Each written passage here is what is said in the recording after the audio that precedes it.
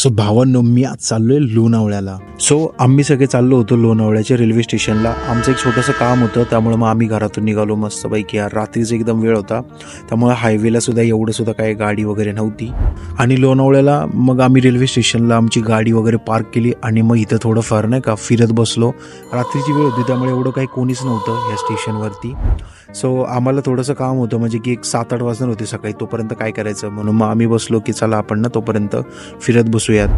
आणि इकडे एवढं सकाळी सकाळी एक ना काका आले होते आणि मस्त त्यांनी ना यार गरमागरम असा चहा देत होते. आणि खरंच यार एवढ्या पहाटे म्हणजे येऊन चहा विकणं म्हणजे की खरंच यार कष्टाचं काम आहे. आणि चहाची क्वालिटी पण खरंच एक नंबर होती. सो मस्तपैकी आम्ही ना सकाळी सकाळी चहा वगैरे पिला आणि मग मी तिथून पुढं निघालो स्टेशनवरती. सो स्टेशनवरती बसल्यानंतर मग बोललं की काय करायचं, म्हणून मग बसलो आहे थोडंफार व्हिडिओ शूट करत.